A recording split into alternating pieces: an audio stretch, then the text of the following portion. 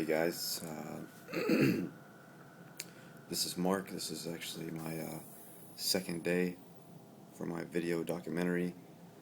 My first video was last night, right before I came in early this morning at 5:30 to get the process going.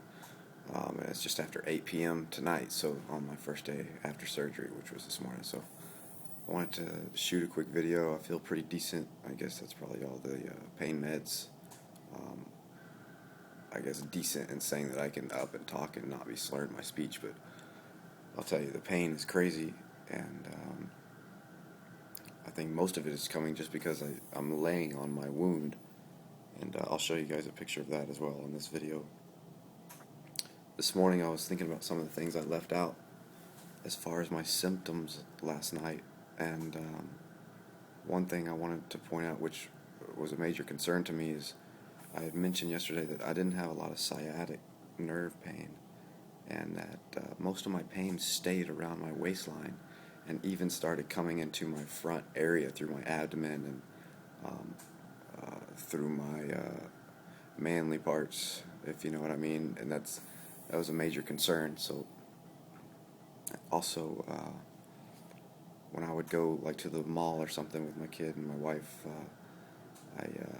I could not make it very long. My calves would just start burning. Just my legs just gave out, and it was just terrible. So, anyways, I wanted to mention those, and also I had last night when I did my first video, I mentioned one of the decompression machines that I had bought, and that I actually saw it this morning before I came in. It's called the Spinal Stretch, which was some doctor had invented it. I think it's called spinalstretch.com is where I bought it. It's $100.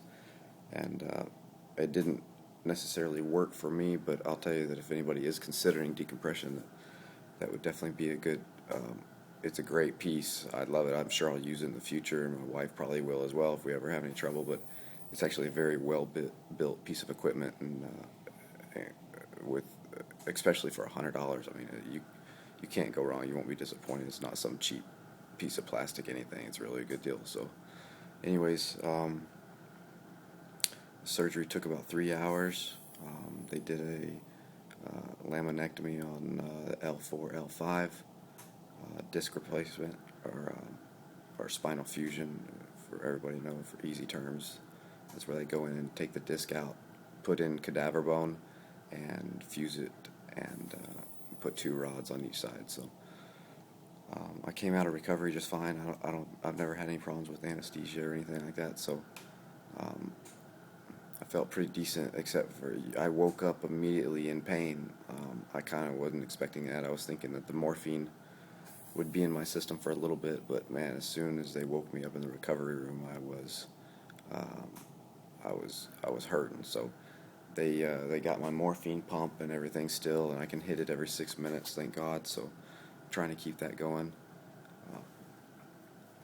After I got to my room tonight, or earlier this afternoon, they got some food in me, which really helped, and also they gave me some pain pills and some muscle relaxers that they gave me at my disposal almost. I can take as much as I want just to stay comfortable, but again, most of my pain is I think just from laying on the wound, and tonight I can really tell that my muscles have stiffened up, because trying to roll over or even eat my food, it's hard to sit up. You get that pressure back on the weight on your spine, man. It's crazy. It hurts like crazy. So anyways, I'm trying to just eat and then lay back down, and last night I had mentioned that I was pretty freaked out and stressed over the catheter situation, and I was completely out when they put it in, so I didn't notice it at all or have to go through that. But I did wake up with one, and I gotta say, I'm pretty glad they did it, because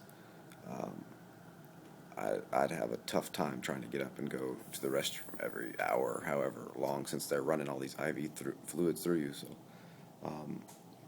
So it is kind of stressful to think about it as a male having to get that, but I'll tell you right now that I'm glad. Now, I'm sure my story might be a little bit different when they pull it out, so I'll update you guys on that. So anyways, for this, from the picture that my wife took of the actual incision, it looks probably 6 or 8 inches long.